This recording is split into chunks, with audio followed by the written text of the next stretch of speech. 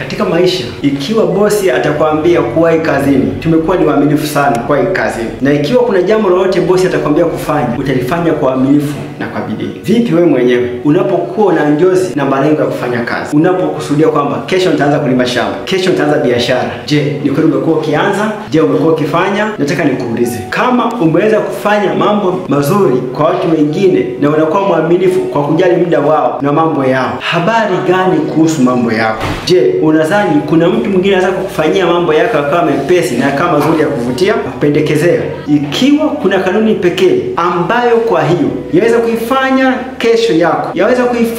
kesho yako iwe nyepesi, iwe yenye manufaa, yenye tija, ni wewe kuwa wakili wa muda na kujali muda. Nasema hivi kwa sababu kitu kirefu kupita vyote duniani ni muda, lakini kitu kifupi kupita vyote duniani ni muda. Ikiwa utauona muda upo, ukashindwa kuiandaa kesho yako kwa kuitumia leo, ukashindwa kuandaa kesho yako leo, kuna wakati utafika muda utakuwa si rafiki tena, muda utakuwa umekwisha, utaishia kujuta. Maandiko yanasema mtumikie muumba wako siku za ujana wako, kabla haujasema mimi sina furaha katika hayo, na kabla hajaja siku ambazo utakuwa unaona kila kitu ni kibaya. Ni katika ujana, ni katika kipindi una nguvu, ni wakati akili nafikiri, ni wakati una njozi, ni wakati una maono, waweza kufanya mambo yako yakaenda. Jana mwenzangu, itumie leo ili hali bado una nguvu. Itumie leo kuijenga kesho yako ili hali bado una uwezo, una nguvu, mgongo una nguvu, akili inafikiri, macho bado yanaona,